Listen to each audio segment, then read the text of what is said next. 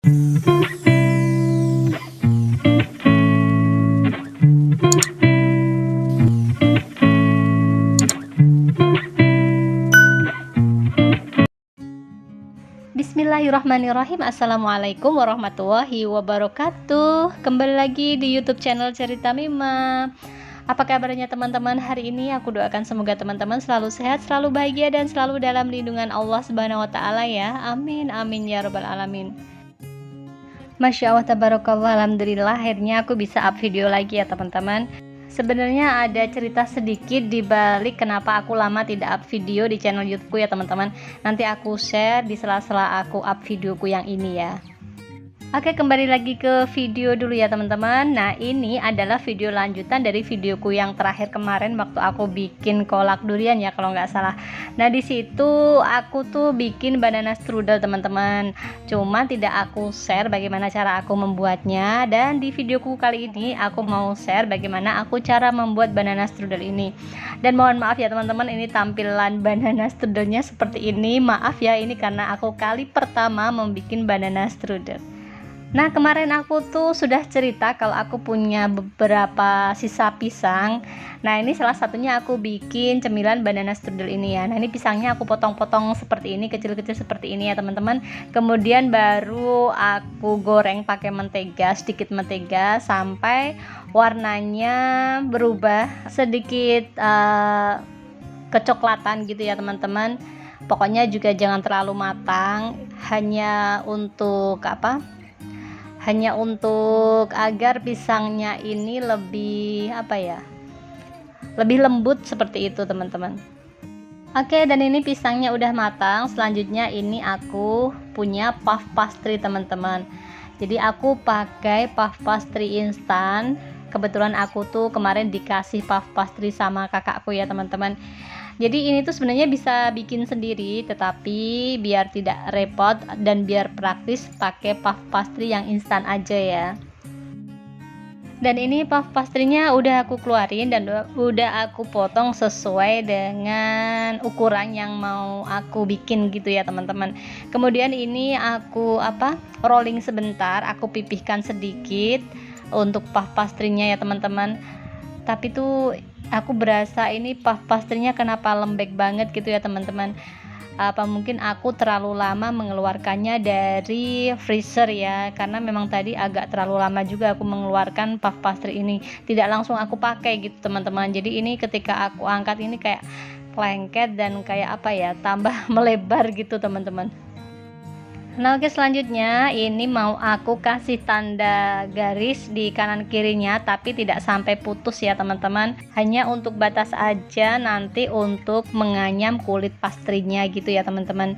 Dan ini di pinggir-pinggirnya aku kerat-kerat kurang lebih sekitar 1,5 sentian gitu ya teman-teman. Nah, untuk kerat-kerat pinggir kanan kirinya ini sampai putus ya teman-teman, karena nanti akan dilipat ke dalam gitu ya.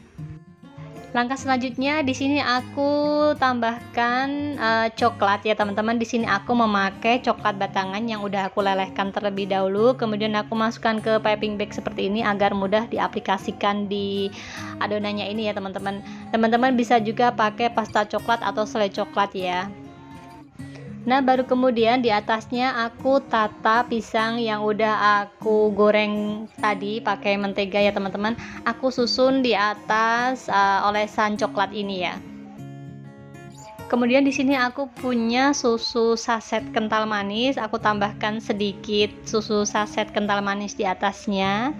Dan kemudian yang terakhir aku tambahkan parutan keju ya teman-teman.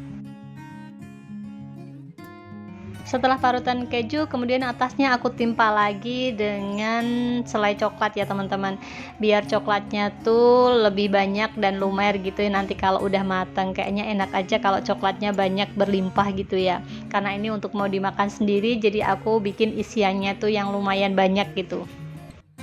Nah, sekarang saatnya melipat atau menganyam kulit pastrinya ya teman-teman. Nah, ini bagian ujungnya aku lipat ke dalam dulu seperti ini. bagian ujung yang atas dan juga bagian ujung yang bawah aku lipat ke dalam dulu seperti ini ya teman-teman, untuk mengunci biar adonannya tuh tidak melebar keluar. Kemudian baru satu persatu dari sisi kanan kiri pastry yang udah aku kerat-kerat tadi aku silangkan atau aku anyam ke dalam seperti ini bergantian arah ya teman-teman. Nah, kemudian di sini aku udah siapkan loyang yang udah aku alasin dengan baking paper, dan ini adonan banana strudelnya aku angkat pelan-pelan biar tidak patah ya teman-teman. Kemudian aku pindah ke loyang seperti ini. Nah, karena adonan pisangnya masih ada sisa, kemudian aku mau bikin lagi banana strudel tapi yang ukurannya mini ya teman-teman. Ini satu lembar pastrinya aku potong jadi 4. Kemudian aku mau bikin yang ukuran lebih kecil ya teman-teman.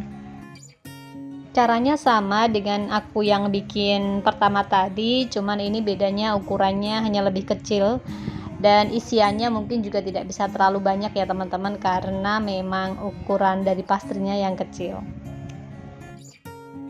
Nah, untuk yang ini tuh aku lupa tadi tidak aku parutin keju terlebih dahulu ya teman-teman, baru ingat setelah aku melipatnya seperti ini. Nah, kemudian baru aku tambahkan di sela-selanya seperti ini. Jadi kejunya memang tidak bisa terlalu banyak ya teman-teman, karena yang kulit pinggirannya tuh udah aku lipetin dulu gitu ya teman-teman. Pokoknya abaikan dulu bentuknya ya teman-teman, karena memang ini sangat-sangat tidak rapi saat aku melipatnya ya teman-teman, karena aku juga tidak memperhitungkan ukuran dari yang mau aku bikin gitu ya. Kayak ini adonannya tuh agak terlalu banyak, jadi untuk melipatnya tuh aku agak kesusahan gitu ya teman-teman.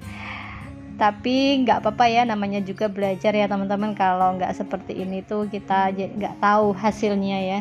Oh iya, tadi di sini aku mau cerita ya teman-teman, kenapa aku udah lama banget tidak up video di channel YouTubeku.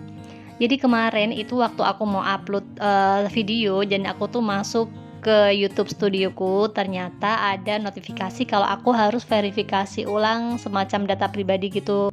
Nah, tampilan YouTube studioku waktu ada notifikasi untuk verifikasi YouTube studio tuh seperti yang aku tampilkan di layar ini ya teman-teman.